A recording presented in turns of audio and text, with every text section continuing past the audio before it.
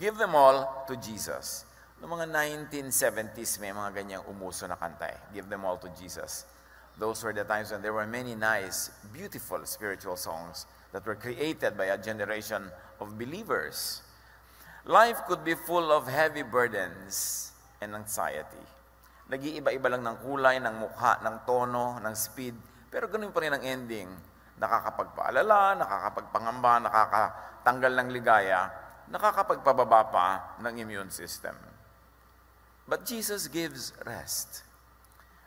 That's one of the main ministries of Jesus. When you say Jesus saves, He doesn't only save from the flames of hell, He saves from the hell of worry, of anxiety, of nervousness, of fear. Because Jesus is our peace and rest. The way of Jesus, and Jesus is called the way, is the way to peace and the way of peace. Matthew 11:28-30, "Come to me, all you who are weary and burdened, and I will give you rest." At hindi yata ako magsasawa na lagi yan i-quote, because this is the most effective idea of Jesusness, that Jesus gives rest. The world gives cares and worries and anxieties. Now, how do you give your cares to Jesus? How does it happen to the point that you really get to rest and to be at peace? First of all, think of Jesus and His love, His goodness, and His kindness. Think of that. Think of the character, the intention, and the actions of Jesus. At lahat ng ginawa Niya para pagalingin ang may sakit, para payapain ang mga natatakot, para pagkasunduin ang mga magkakagalit, para patahimikin ang kalooban. Ito ang pag-isipan. Marami tayong pwedeng isipin. Kung anong iniisip mo, yun ang makaka-apekto sa iyong blood pressure, yun ang makaka-apekto sa iyong kalusugan. So think of Jesus. Think of the Jesus way. John 8:12, when Jesus spoke again to the people, He said, "I am the light of the world. Whoever follows me will never walk in darkness, but will have the light of life." Now, darkness here doesn't only mean sinful living or immorality or all those kinds of dark deeds that people associate with darkness. But this is about any darkness. And Jesus says, "Follow me and you will never walk in any form of darkness. You will never walk under any concept of darkness." So think of Jesus correctly, and you will not walk in the darkness of mind, in the darkness of heart and emotion. Think of Jesus constantly, and you will never walk in sadness, in worry, anxiety, fear, and despair. Kaya dapat isipin lagi si Jesus. Isipin ang mga sinasabi Niya. Isipin ang Kanyang mga ginawa. Palitan ang lahat ng mga isipin na negative lang naman ang effect sa ating buhay. Romans 8:38-39, "For I am convinced that nothing will be able to separate us from the love of God that is in Christ Jesus our Lord." Meaning, neither death nor life, extreme na yan. Angels nor demons, the present nor the future, nor any powers, neither height nor depth, nor anything else in all creation will be able to separate us from the love of God that is in Christ Jesus our Lord. Nothing. Pag inobserve natin yan at inabsorb natin yan, sabi, nothing can separate you from the love of God through Jesus. Not a broken or a failed relationship. Not a failed business. Not failing health. Not separation of people. No germ, no virus, no disease can separate you from the love of God. Pag yun inintindi natin, isinaloob, yung pa lang, magbibigay na sa atin ng liwanag, ng lakas ng loob, at mahalaga sa tao, lakas ng loob. Kaya meron tayong napaka-highly developed concept of loob. Pag dumadating ang problema, may magsasabi sa iyo na very concerned, lakasan mo ang loob mo. Bakit nila sinasabi yun?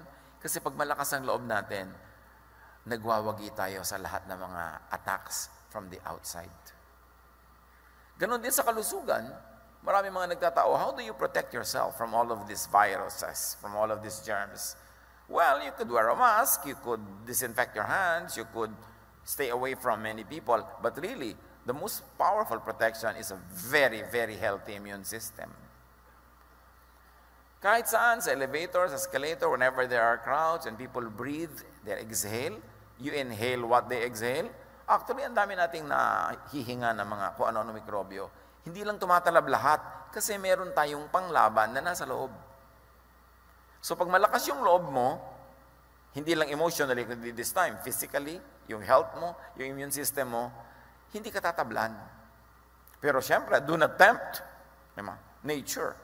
Kahit malakas pa yung resistensya mo dyan, very healthy ka, umiwas ka pa rin, disinfect your hands, try to wear a mask when you are sick or when you are surrounded by people who might be sick, and observe hygiene. Pero ang pinakamahalaga talaga, malakas ang katawan mo. That's why people who are very advanced and evolved in their medical practice will tell you the best medicine is really good health. Na matulog kang ng mahaba, masarap, mahimbing, kasi yung tulog nagpapalakas ng resistensya mo. Kumain ka na masarap, masustansya, huwag mong pag-iisipin ng problema mo kasi hindi rin naman nasosolve. Hayaan mo siya. Mag-relax ka, kasi pag relax ka, nakapahinga ka, nakakain ka, nakatulog ka, mahimbing, tumatalino ka. Naiisip mo yung solusyon sa iyong mga problema, kasi lagi ka lang magbukmok, lagi ka lang malungkot. Ang malungkot na tao, bumababa ang kanyang immune system, madali siya magkasakit.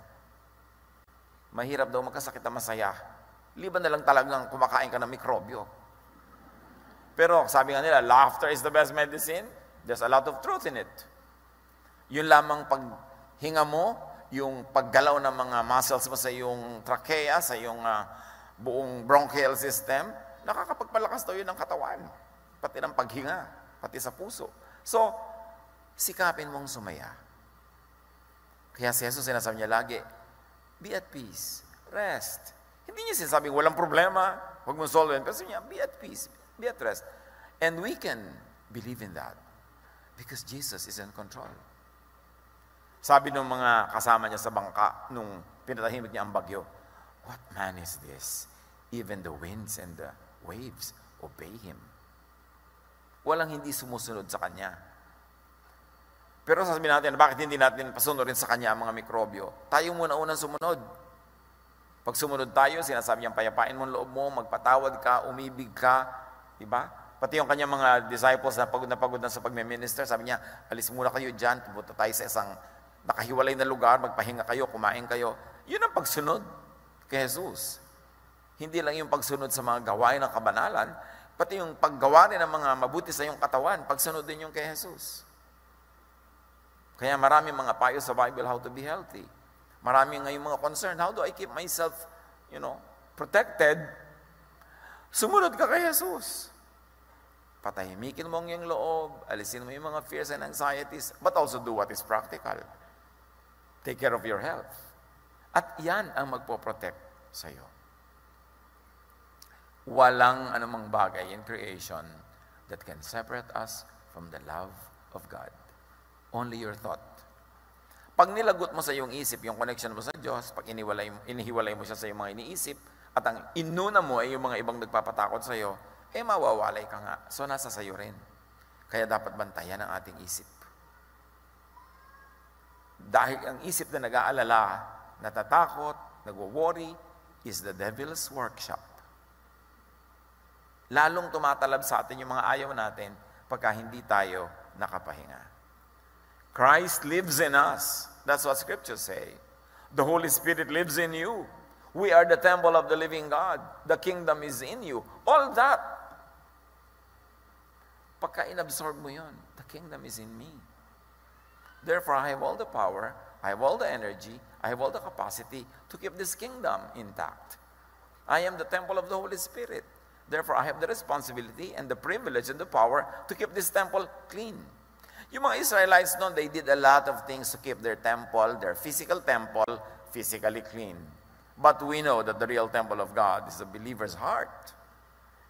And to keep that heart clean is not only to avoid physical foods, not only to avoid clinical dirt, but also to avoid things that make our minds weak and afraid and anxious. Kasi kalaban yon ng cleanliness of the temple. Ephesians 3:17-19. And I pray that you may have the power to grasp how wide, how long, and how deep is the love of Christ. Sabi niya, nawa, maunawa niyo. And to know this love that surpasses knowledge, that you may be filled to the measure of all the fullness of God. Medyo abstract yung presentation tsaka yung discussion. Pero ang sarap himayin at unawain.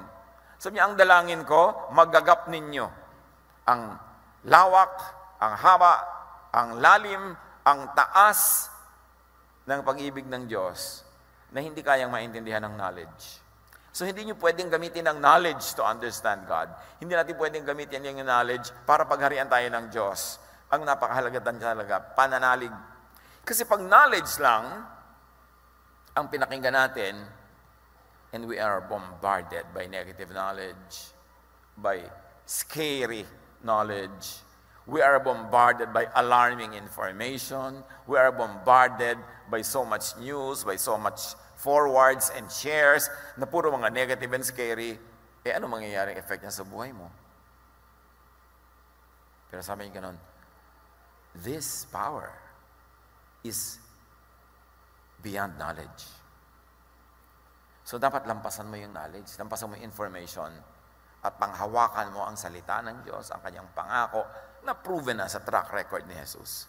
This man who walked on the water, this man who raised the dead from their deathbeds and from the grave, this man who healed lepers, who cleansed those who were terribly, terribly suffering, this man who called out demons from persons that they inhabited, this is the one who loves you and me.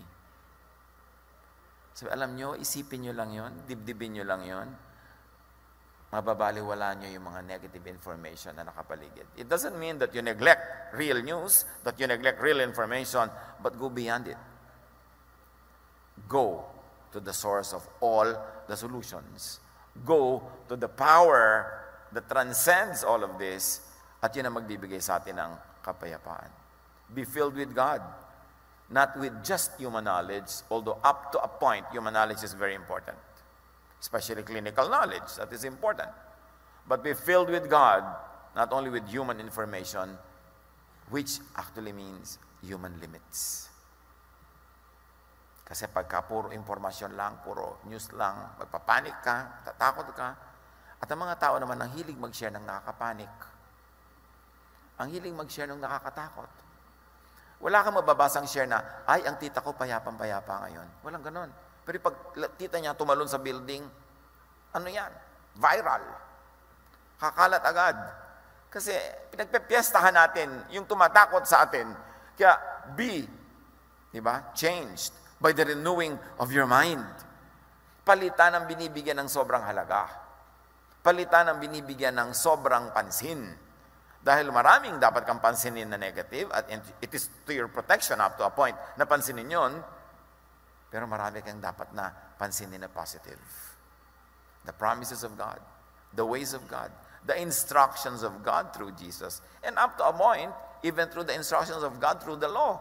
Kasi marami silang magagandang laws din, yung mga dietary laws that really have meaning, hindi lang religious, may clinical value, mga laws on hygiene, laws on how to keep your body clean. Marami tayong mapapala dyan. Yun ang pagpapansinin. And how else do you give your cares to Jesus? How do you receive good from Jesus? Do good to people you can reach. When you become afraid, when you become anxious, you become selfish. But when you focus on God, on the love of God, and believe in God's ways, and you do good to people you can reach and affect, you actually turn on a machinery a heavenly, godly machinery that will never stop working until it brings out its product, and that is something good for you and for the people around you. Psalm 37:3, trust in the Lord and do good. Dwell in the land and enjoy safe pasture. Pwedeng i-apply yan sa ating panahon ngayon. Minsan kumakalat mga balita, bibilihan, nagpapanik buying ang mga tao sa ibang bansa, inuubos nila yung mga tinda sa mga tindahan nila. So naubos, hindi naman naubos kasi wala, kasi hinord nila eh. Yung mga may pera, binili na lahat yung supply, so wala nang mabili. Nagkakaroon tuloy ng artificial shortage. Hindi dahil wala, kundi dahil kinuha na nung iba. Sa takot. So pagka yung takot mo ang nanguna sa'yo, magiging selfish ka talaga. Magkakagulo ang lahat. Kaya sabi, trust in the Lord and do good. Yun ang ibig sabihin ng trust. You trust to the point that you do good. Na may ibibili ka na pagkarami-raming supply, ang bibilin mo lang yung pangayon nyo hanggang bukas, yung up to a short period na kailangan mo para kung namang nagkasipon ka, nagkasakit ka dyan, hindi ka makalabas ng bahay, meron kang supply, pero hindi mo bibilin lahat para yung iba mawalan, nagkakagulo tuloy yung buong mundo. Yun yung trust, and then do good. O bakit ka mo hindi nag-hoarding? Because I trust in God, and my trust makes me do good. Alam ko masama para sa buong lipunan, nakamkamin ko lahat yan. Kaya kailangan may matira para ma-replenish, para magkaroon ng supply ang lahat. Kasi meron kang ng lahat. Yung namang lahat ng kapitbahay mo, wala. Eh di nanakawin din nila yun sa'yo. Kasi pag nagutom sila, baka ikaw pang kainin. So dapat magtira ka para may kainin ng yung mga katabi. Hindi pinakiwan na lahat ng alcohol. Magsaswimming ka ba sa alcohol? Ano ka? Biology specimen? Yun lang kailangan mo in the next few days. Magkakaroon uli yan. Kung lahat tayo will trust in the Lord and do good. Mag-ingat ka lang. Kaya ka naman dapat may konting supply sa bahay mo. Eh kung biglang you fall ill, hindi ka makabili. Hindi meron ka. Hindi para wala nang mabili yung iba. Nagpapanik buying, naubos ang mga toilet paper sa Hong Kong. Naubos ang mga clinic sa Singapore that their head of state had to address it on their national television. Huwag niyo ubusin. Bakit pati yan, di ba? Pero hindi naman naubos ang mga Q-Tex. Mabuti naman, may natira pa. Pero pag ginawa natin yan, lalo yung mga may kayang bumili, di wala namang natira dun sa iba. Trust in the Lord and do good. Dwell in the land and enjoy safe pasture. So trust God enough to do good to people. Not naman yung sobrang good na niyakap mo na lahat yung inuubo. Hindi ganun. Dapat do good in a safe way kasi may clinical way to remain safe and still do good. Trust that God knows the situation, that God wills to love and will help, and that God can love and deliver through you. That you become a part of God's solution. That you are not part of the problem. And even if you became part of the problem, especially hindi mo naman hinanap, dumating lang, then all the others will become a part of the solution for you. Yun ang mahalaga sa mga tao, mga kapatid. Pagka may mga crisis, may mga difficulty, we move as one humanity, as one race, as one city, as one nation. That is how we survive. Hindi yung magkakanikanya. Hebrews 13:6, and do not forget to do good and to share with others, for with such sacrifices, God is pleased. And when God is pleased, good things happen. May anxiety ka, kapatid. Ano man yun? Kahit hindi virus. May anxiety ka tungkol sa iyong health. May anxiety ka tungkol sa iyong mga payables. May anxiety ka tungkol sa iyong pag-ibig na actually walang pag-ibig kaya ka anxious. Diba? May anxiety ka nito, may ganon-ganon. You want good things to happen. No? Do good. Do not forget to do good and share with others. For with such sacrifices, God is pleased. And when God is pleased, good things happen. And the best way to reverse a bad situation is to do good. Mga anak ng Diyos, may bad situation na nangyayari. How do you reverse it? You do what is good. At yung ginagawa ng isang tao lang, nakaka-inspire ng ibang tao dahil sila naaalala rin nila nung nagiging asal hayop na sila, nakita kanilang asal tao, asal Jesus, maalala nilang tao rin sila at maalala nilang anak din sila ni Jesus, and then bibitawan nila yung kanilang masamang asal at babalikan nila yung kanilang pagkatao. If you inspire other people to dig deep into their humanity, especially in difficult times, you actually change the world for the good, for the better. At yan tayo, we are the light of the world. Tayo ang mga mumunting ilaw ni Jesus, na kung saan madilim, magkakaroon tayo ng silbi. Sa ganito mga panahon na may challenge, hindi lang sa ating bansa, sa buong mundo, ang iniisip mo dapat, anak ng Diyos, how can I be God's little light in my corner of the world? How can I reverse a bad thing by doing the good thing? How can I trust God enough to the point that in spite of everything, I still do good? Dahil pag nangyayari yun, it begins an automatic, natural occurrence that the beautiful will of God happens. May participation tayo dyan. You've got to reverse a negative direction by stopping in joining it, and then by reversing your own walk, and then all the others will be inspired. Matthew 25:31-40, hali kayo, yung lagi natin pinag-uusapan, nagantimpala sa mga anak ng Diyos. Hali kayo mga pinagpala ng aking Ama, pumasok kayo at tanggapin ang kahariang inihanda para sa inyo mula pa ng likhain ng daigdig. So anong inihanda para sa atin? Ang kaharian. Ang inihanda ay paraiso. Ang inihanda ay langit. Ang inihanda ay gantimpala. Yun ang nakahanda para sa atin. Isipin mo lang yun, doon ka pupunta eh. Ba't ka liliko? Ba't ka magpapagulo? Yun ang inihanda at doon ka patungo. At bakit daw makakapunta doon? Sapagkat ako'y naghihirap, nagdurusa at nangangailangan.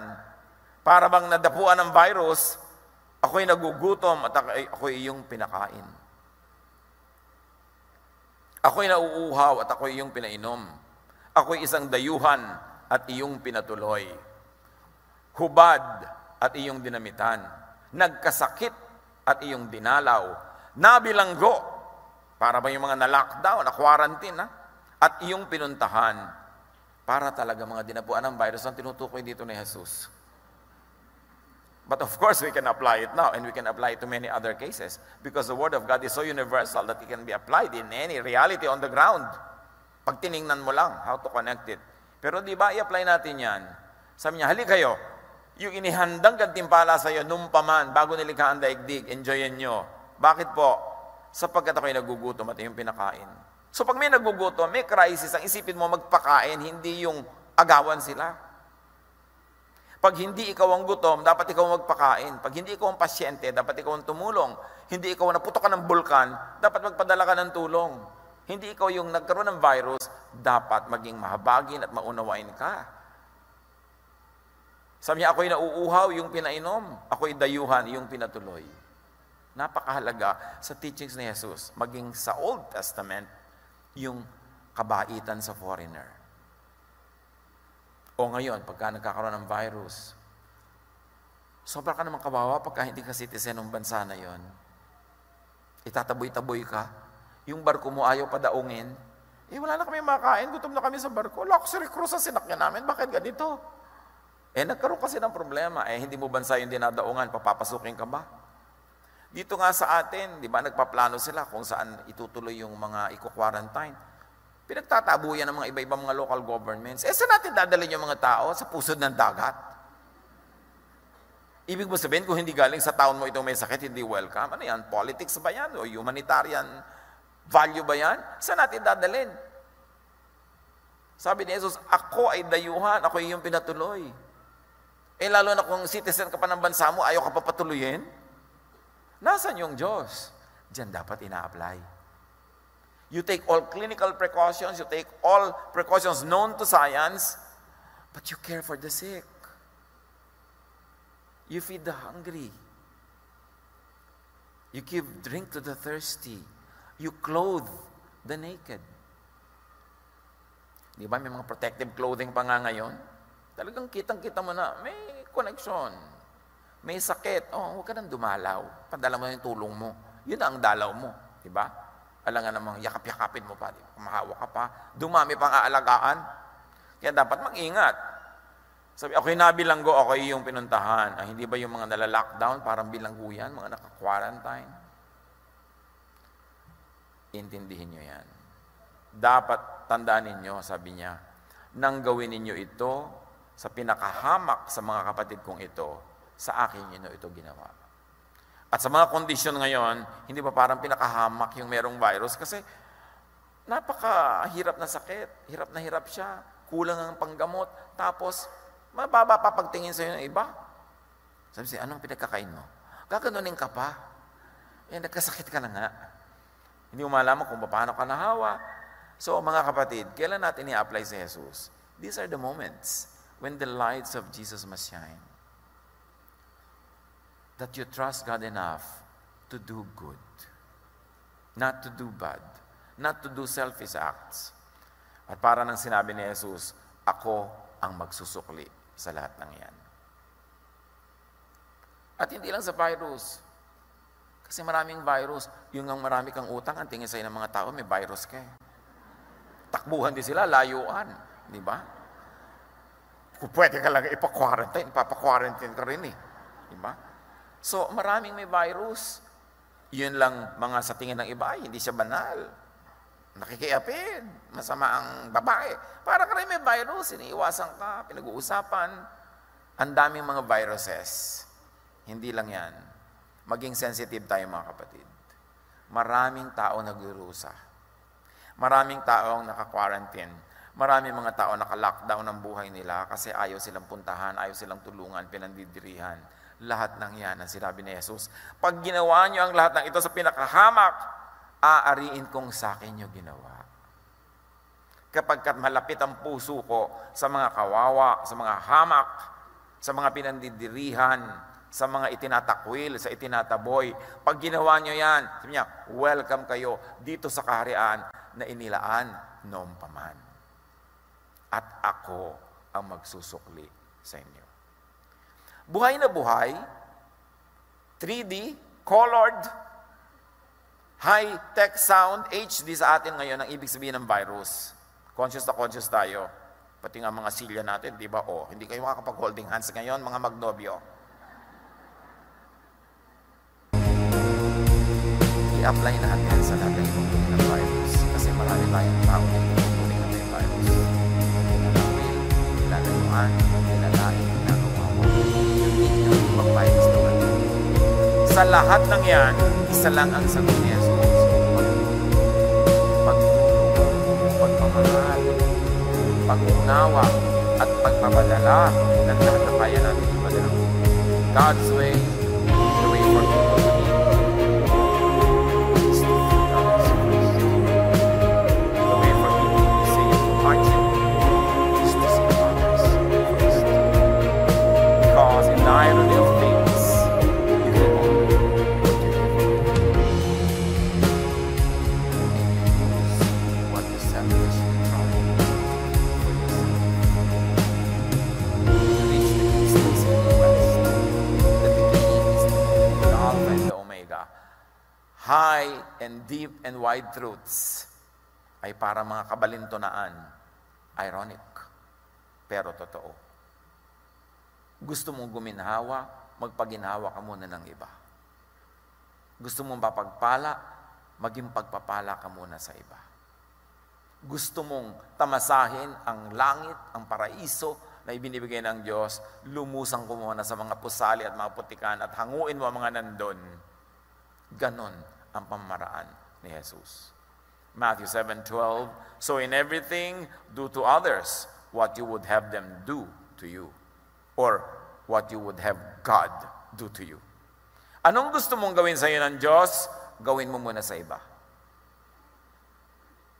In fact, posible na pag nag-self-reflection tayo, ang mga nangyayari sa atin ngayon ay bunga lang ng mga ginawa natin sa iba.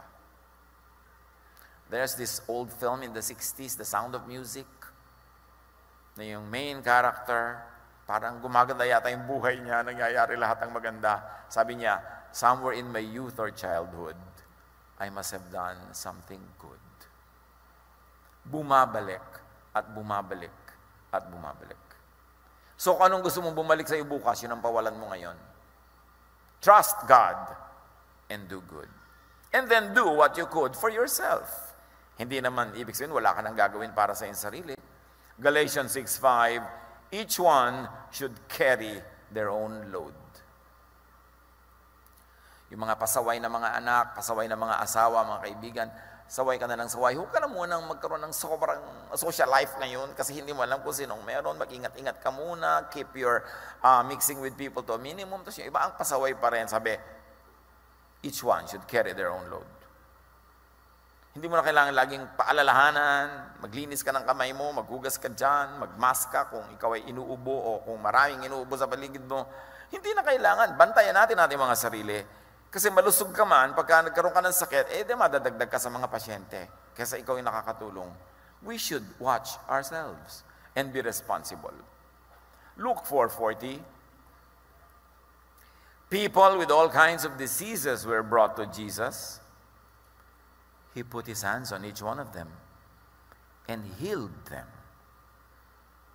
Pero si Jesus yun, huwag na kayong humipo sa lahat ng mga tao, no? Si Jesus naman yun, huwag nyo nang gayahin doon sa portion na yun. Dapat tayo ngayon, mag-iingat talaga, avoid physical contact. Hindi dahil lang nandidiri ka sa kapwa, paano kung ikaw pala yung may dala? Di, nag-a-avoid ka rin, para huwag ka maging carrier. No? Tulad ko, gusto ko yun, ang dami-dami sa inyo kumakamay sa akin, pero paano kung biglang merong may sakit, lumipat sa kamay ko, kakamay ako ng iba, di lumipat na sa inyo. So we avoid that. Huwag tayong madrama. Walang mga dramang bukid. Yung iba na nga, may virus na nga, gusto ka pang halikan. At kung makahalik pa, parang pantanggal na bara sa inodoro ang uso, talagang parang octopus. Huwag na ngayon, saka na. Tahimik muna tayo, so we do what is good. Trust God and do what is good. Hindi itinaboy ni Jesus sa mga nangangailangan. Ni isa wala siyang tinaboy. So ang mga anak ng Diyos, in our capacity as much as we could, hindi tayo dapat magtaboy. But because we are not Jesus, we should observe all physical, clinical precautions. Siya lang dapat ang humahawak ng mga ketong na hindi siya nahahawa. Si Jesus kasi yun eh. Tayo, we do what is good. We do what is natural. We do what is scientific. 1 Peter 5:7. Cast all your anxiety on Him because He cares for you. Ano ang anxiety niyo mga kapatid? Related ba sa virus o hindi? Remember, maraming forms of virus. Hindi lang itong coronavirus na ito. Marami. Maraming victims ng virus. Maging sensitive tayo. Baka sa sarili niyong pamilya may outcast, naka-lockdown. Sa sarili niyong pamilya may naka-quarantine. Just because we think dapat siya i-quarantine. Be more sensitive. Be kinder. Be gentler. And let this health challenge make us more sensitive to many other challenges that are similar in nature.